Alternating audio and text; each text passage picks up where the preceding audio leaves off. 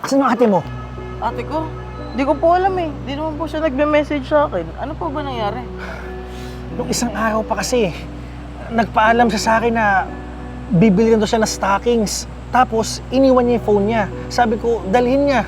Tapos, hanggang ngayon, hindi pa kasi bumabalik. Eh, alam mo naman, next week na yung kasal namin eh.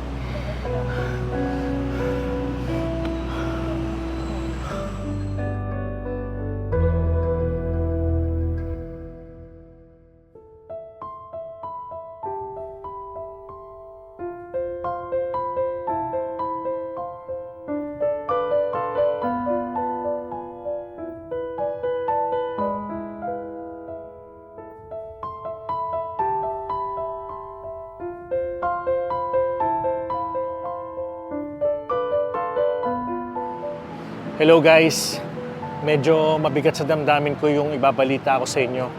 Next week na dapat kami kakasal ng fiancé kong si Camille. Kaso noong nakakang araw, nagpaalam siya sa akin na may bibilin lang siya. Pagkatapos, hindi na siya bumalik hanggang ngayon. Sobra na ako nag-aalala kung nasan siya.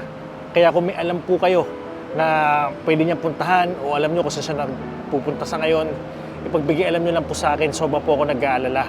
Mahal na mahal ko po ang fiancé ko. Please share my video. Pangawan niyo na po.